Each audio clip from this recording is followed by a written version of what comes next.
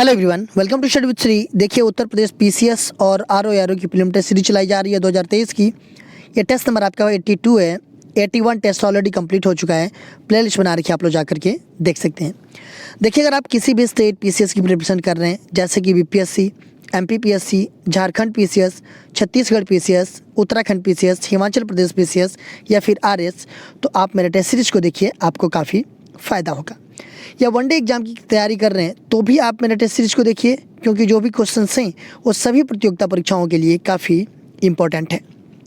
देखिए, जो लोग फर्स्ट टाइम विजिट कर रहे हैं हमारे चैनल पे, चैनल को सब्सक्राइब कर लें। सब्सक्राइब करने के बाद से बेल आइकन को प्रेस कर लें कि मेरी जब भी वीडियो आए तो उनको नोटिफिकेशन मिल जाए। तो स्टार्ट करते हैं। हाँ, देखिए, एक चीज़ अभी स्टार्ट करने से पहले, कल जो है कि मैंने एक क्वेश्चंस था, क्वेश्चंस नंबर 4, ठीक है, उसमें मैंने जो है कि वो ये था कि विश्व आर्द्र भूमि दिवस कब मनाया जाता है। तो 2 फरवरी को मनाया जाता है, ठीक है। बट उसमें मैंने एक्सप्लेनेशन में ये बता दिया था गलती से कि 2 फरवरी 1974 को जो है कि कैस्पियन सागर के तट पे ईरान में रामसर नामक स्थान पर ये संधि की गई। देखिए, वो गलती से हो गया था। हालांकि 2 फरवरी 1971 है वो, ठीक है। तो उसमें जो है कि आप लोग देख लीजिएगा, क्योंकि हालांकि मैंने कमेंट बॉक्स में भी पिन कर दिया है, ठीक है, कमेंट्स करके कि 2 फरवरी 1971 है ये, तो देख लीजिएगा आप लोग, ठीक है। देखिए, पहला क्वेश्चन है, कृषि के स्थानीयकरण सिद्धांत में एकाकी स्टेट संकल्पना का प्रतिपादन किसने किया? स्मिथ ने, व्हिटलस्ली ने, फार्मर ने, वान थ्यूनेन ने। पूछा जा रहा है कि कृषि के स्थानीयकरण सिद्धांत में एकाकी स्टेट संकल्पना का प्रतिपादन किसने किया? तो किसने किया? तो ये किया वान थ्यूनेन ने। डी ऑप्शन आपका सही है। निम्न में से गहन कृषि संबंधित नहीं है। कैलिफोर्निया के फलों की कृषि से, नीदरलैंड के सब्जियों की कृषि से, दक्षिण पूर्वी एशिया के धान की कृषि से, कनाडा में गेहूं के कृषि से। पूछा जा रहा है कि निम्नलिखित में से गहन कृषि संबंधित नहीं है। तो देखिए, इसमें जो है कि आपका कैलिफोर्निया के फलों की कृषि ये भी संबंधित है इससे, नीदरलैंड में सब्जियों की कृषि से भी संबंधित है, दक्षिण पूर्वी एशिया में धान की कृषि से भी संबंधित है। लेकिन यहाँ पूछा जा रहा है कि नहीं है, तो वो है आपका कनाडा में गेहूं की कृषि से संबंधित नहीं है गहन कृषि, ठीक है। मौलिक अधिकारों से जुड़े निम्नलिखित अनुच्छेदों में युग्मों में से कौन एक भारतीय संविधान के अनुच्छेद 359 के अंतर्गत आपात स्थिति लागू करने के दौरान निलंबित नहीं हो सकता? अनुच्छेद 16 तथा 17, अनुच्छेद 14 तथा 15, अनुच्छेद 20 एवं 21 और अनुच्छेद 24 और 25। पूछा जा रहा है कि मौलिक अधिकारों से जुड़े निम्नलिखित अनुच्छेदों के युग्मों में से कौन सा जो भारतीय संविधान का अनुच्छेद जो 359 है, इसके अंतर्गत आपातकाल स्थिति में आपातकाल लागू करने के दौरान जो कि निलंबित नहीं हो सकता है। तो कौन सा है? तो वो है आपका अनुच्छेद 20 और 21। इसी ऑप्शन आपका सही है। देखिए, 20 क्या है कि अपराधों के लिए सजा के संबंध में संरक्षण, और 21 क्या है? प्राण एवं दैहिक स्वतंत्रता का संरक्षण। स्टेम कोशिकाओं के संदर्भ में निम्नलिखित कथनों को पढ़कर कूट के अनुसार सही उत्तर का चयन कीजिए। पहला दिया है कि स्टेम कोशिकाएं नई औषधियों को परखने के लिए प्रयोग की जा सकती है। दूसरा है कि स्टेम कोशिकाओं में विभिन्न प्रकार की विशेषीकृत कोशिकाओं के रूप में पृथक होने की क्षमता होती है। एंड तीसरा दिया है कि स्टेम कोशिकाएं केवल स्तनपायी जीवों में ही प्राप्त की जा सकती है। स्टेम कोशिकाओं के बारे में बात की जा रही है, ठीक है। तो देखिए, स्टेम कोशिकाएं नई औषधियों को परखने के लिए प्रयोग की जाती हैं, बिल्कुल सही है। स्टेम कोशिकाओं में विभिन्न प्रकार की विशेषीकृत कोशिकाओं के रूप में पृथक होने की क्षमता होती है। देखिए, ये भी आपका सही है। स्टेम कोशिकाएं केवल स्तनपायी जीवों से ही प्राप्त की जा सकती है। देखिए, स्टेम कोशिकाएं जो है कि सभी बहुकोशिकीय जीव में पाई जाती है, ठीक है। तो पहला सही है, दूसरा सही है, तीसरा गलत है। तो इसमें हो जाएगा कि केवल 1 और 2 सही है, सी ऑप्शन हो जाएगा। निम्न में से कौन सा एक संवैधानिक संशोधन मौलिक कर्तव्यों से संबंधित है? 42वां संविधान संशोधन, 44वां संविधान संशोधन, 46वां संविधान संशोधन, 50वां संविधान संशोधन। पूछा जा रहा है कि वह कौन सा एक संवैधानिक संशोधन जो कि मौलिक कर्तव्यों से संबंधित है। तो कौन सा है? तो ये है आपका 42वां संविधान संशोधन। 42वां संविधान संशोधन कब हुआ था? तो 1976 में हुआ था और संविधान के भाग 4 में क जोड़ करके और अनुच्छेद 51 में क जोड़ करके 10 मौलिक कर्तव्यों का समावेश किया गया। और ये जो है कि स्वर्ण सिंह समिति के सिफारिश पर यह किया गया। आज के डेट में कितने मौलिक कर्तव्य हैं? तो 11 मौलिक कर्तव्य हैं। ठीक है, 11वां मौलिक कर्तव्य कब जोड़ा गया था? ये आप लोग कमेंट बॉक्स में मुझे बताएंगे। 44वां संविधान संशोधन कब हुआ था? 1978 में। 46वां संविधान संशोधन कब हुआ था? तो 1982 में। और 50वां संविधान संशोधन कब हुआ था? तो 1984 में। ठीक है। भारत में पंचायती राज प्रणाली का शुभारंभ कब और कहाँ हुआ? 5 जुलाई 1957 फैजाबाद उत्तर प्रदेश, 3 दिसंबर 1960 भोपाल मध्य प्रदेश, 2 अक्टूबर 1959 नागौर राजस्थान एंड 14 नवंबर 1959 अहमदाबाद गुजरात। पूछा जा रहा है कि पंचायती राज प्रणाली का शुभारंभ जो है कि कब और कहाँ किया गया। ठीक है, तो देखिए इसका शुभारंभ जो है कि 2 अक्टूबर 1949 को जो तत्कालीन प्रधानमंत्री थे कौन? पंडित जवाहरलाल नेहरू जी, इनके द्वारा राजस्थान के नागौर में बगदरी गांव में पंचायती राज व्यवस्था की औपचारिक शुरुआत की गई और इसी दिन पूरे राजस्थान में इसको लागू कर दिया गया। तो राजस्थान जो है पहला राज्य है जहां पे पूरे राज्य में पंचायती राज की स्थापना की गई थी।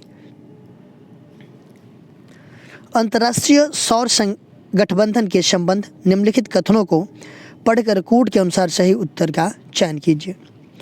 इस गठबंधन की शुरुआत भारत और जापान में 30 नवंबर 2015 को की थी।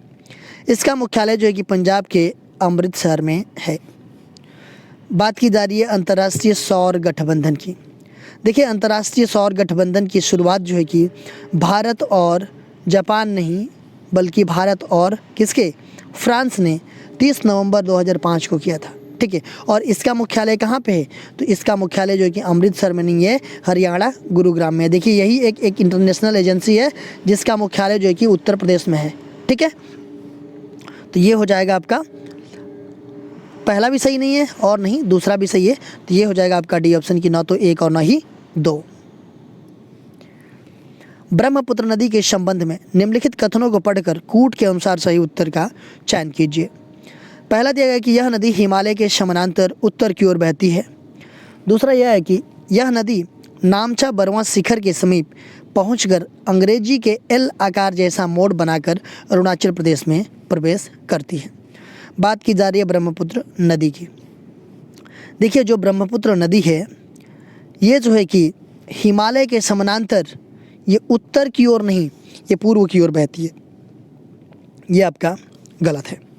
यह नदी नामचा बरवा शिखर के समीप पहुंच करके अंग्रेजी का एल आकार नहीं, अंग्रेजी का यू आकार जैसा मोड़ बना करके ये अरुणाचल प्रदेश में प्रवेश करती है। तो दूसरा भी गलत है और पहला भी गलत है, तो ये हो जाएगा आपका डी ऑप्शन की, ना तो 1 और ना ही 2।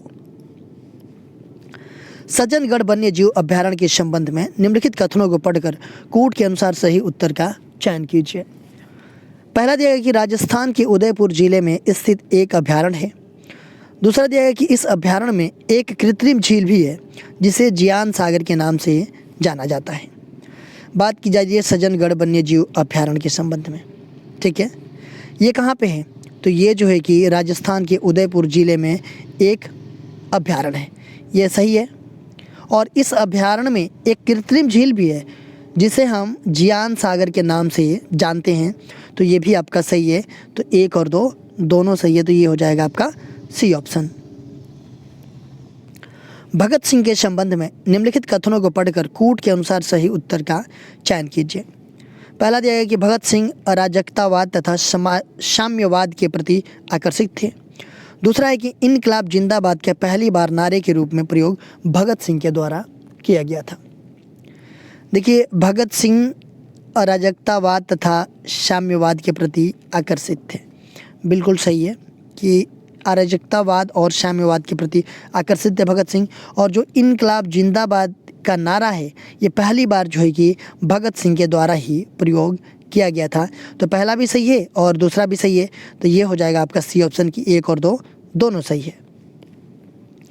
कोसी नदी के संबंध में निम्नलिखित कथनों को पढ़कर कूट के अनुसार सही उत्तर का चयन कीजिए। यह नदी बांग्लादेश, भूटान और भारत से होकर बहती है। दूसरा है कि इस नदी को बिहार का शोक कहा जाता है। कोसी नदी के बारे में बात की जा रही है। कोसी नदी के संबंध में निम्नलिखित कथनों को पढ़कर कूट के अनुसार सही उत्तर का चयन करना है। देखिए, जो कोसी नदी है ये नदी बांग्लादेश, भूटान और भारत से होकर के बहती है। नहीं, ये नदी जो है कि आपका कहाँ तो ये तिब्बत, नेपाल और भारत से होकर के बहती है। ठीक है, तिब्बत, नेपाल और भारत से होकर के बहती है। और इस नदी को हम क्या बोलते हैं? बिहार का शोक कहा जाता है। तो ये तो सही है, पहला वाला गलत है। तो इसमें हो जाएगा कि केवल 2 सही है। तो ये हो जाएगा आपका बी ऑप्शन। नेत्रावली वन्यजीव अभयारण्य निम्नलिखित कथनों को पढ़कर कूट के अनुसार सही उत्तर का चयन कीजिए। यह पूर्वी गोवा के शुंगुम तालुका में काली नदी बेसिन में स्थित है। दूसरा है कि इस अभयारण्य के उत्तर दिशा में भगवान महावीर वन्यजीव अभयारण्य है तथा दक्षिण में कोटिगांव वन्यजीव अभयारण्य है। पूछा जा रहा है नेत्रावली वन्यजीव अभयारण्य के संबंध में कि इसमें से कौन सा उत्तर जो है कि सही है। ठीक है, तो देखिए, यह पूर्वी गोवा के शुंगुम तालुका में काली नदी बेसिन में स्थित है नेत्रावली वन्यजीव अभयारण्य। कहाँ पे? तो ये गोवा में। और इस अभयारण्य के जो उत्तर दिशा में है वो भगवान महावीर वन्यजीव अभयारण्य है तथा दक्षिण में कौन सी? कोटिगांव वन्यजीव अभयारण्य है। ये भी आपका सही है, पहला भी सही है और दूसरा भी सही है। तो ये हो जाएगा आपका 1 और 2 दोनों सही है। स्टैचू ऑफ पीस के संबंध में निम्नलिखित कथनों को पढ़कर कूट के अनुसार सही उत्तर का चयन कीजिए। स्टैचू ऑफ पीस का अनावरण राजस्थान के पाली में विजय वल्लभ साधना केंद्र जेतपुरा में किया गया। इसका अनावरण प्रधानमंत्री नरेंद्र मोदी जी द्वारा वीडियो कॉन्फ्रेंसिंग के माध्यम से वर्ष 2020 में किया गया था। स्टैचू ऑफ पीस की बात की जा रही है, इसके संबंध में बात की जा रही है। ठीक है, स्टैचू ऑफ पीस का अनावरण जो है कि राजस्थान के पाली में विजय वल्लभ साधना केंद्र जेतपुरा में किया गया है। ठीक है, ये आपका सही है। ठीक है, इसका अनावरण जो है कि प्रधानमंत्री नरेंद्र मोदी जी के द्वारा वीडियो कॉन्फ्रेंसिंग के द्वारा ये वर्ष 2020 में किया गया था। बिल्कुल सही है, तो 1 भी सही है और 2 भी सही है। तो ये हो जाएगा आपका सी ऑप्शन, 1 और 2 दोनों सही है। संघाई सहयोग संगठन के संबंध में निम्नलिखित कथनों को पढ़कर कूट के अनुसार सही उत्तर का चयन कीजिए।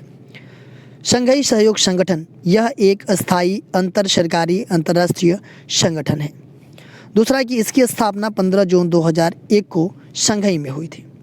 जो संघाई सहयोग संगठन है यह जो है कि एक अस्थायी अंतर सरकारी अंतर्राष्ट्रीय संगठन है।